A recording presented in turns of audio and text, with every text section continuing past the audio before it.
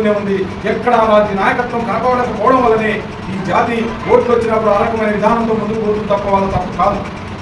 ఇక మిగిలిన విషయం ఎవరు చెప్పినా పోరాటాలే చెప్తున్నారు, ఎవరు చెప్పినా ఉద్యమాలు చేయాలంటున్నారు, ధర్నాలు రాస్తారోపలు చేయాలంటున్నారు.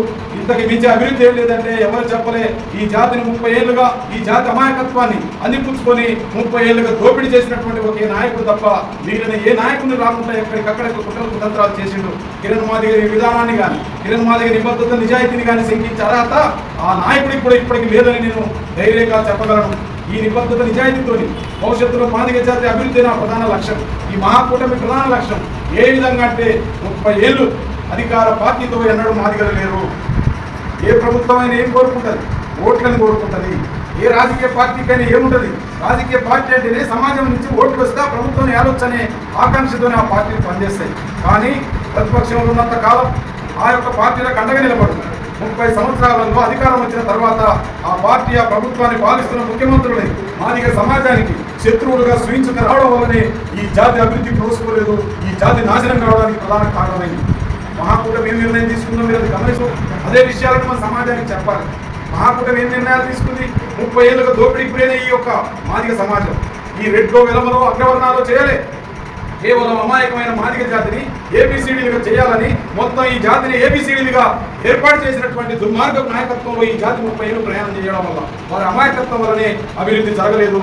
అందుకే ఈ రోజు మహాకూటమి ఒక మంచిని ఆలోచన చేసింది.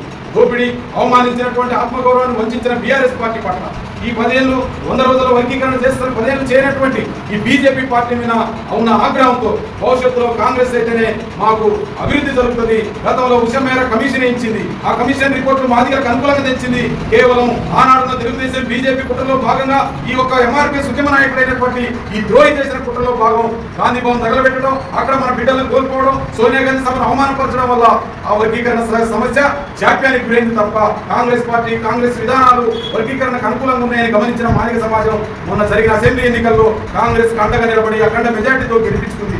ఈ గెలిపించుకున్న మాదిగల్ని మళ్ళీ కుట్ర చేసి బీజేపీ ఓట్లేపియాలి, చంద్రబాబు నాయుడు ఓట్లేపియాలని కుట్రలు పని మళ్ళీ మా ఓట్లు మాదిగలై బీజేపీ తెలుగుదేశం అని తిరుగుతున్న ఈ ద్రోహిని గమనించినటువంటి మహాకూటమి లేదు మేము కాంగ్రెస్ కే ఓట్లేసాం, ఈ అధికారంలో ఉన్న ముఖ్యమంత్రి రేవంత్ రెడ్డి గారికి మాదిగ సమాజం ఎప్పటికీ అండగా ఉంటుంది, మా సమస్య పరిష్కారంలో ముఖ్యమంత్రి గారే మాకు పెద్ద దిక్కుగా ఉండాలని మహాకూటమి పోయి ఇక్కడ అనేక దీక్షలు చేశాం, అనేక పోరాటాలు చేస్తున్న క్రమంలో మహాకూటమి నిజాయితీని నిబద్ధతని నమ్మినటువంటి ప్రభుత్వం చర్చలకు పిలిచింది.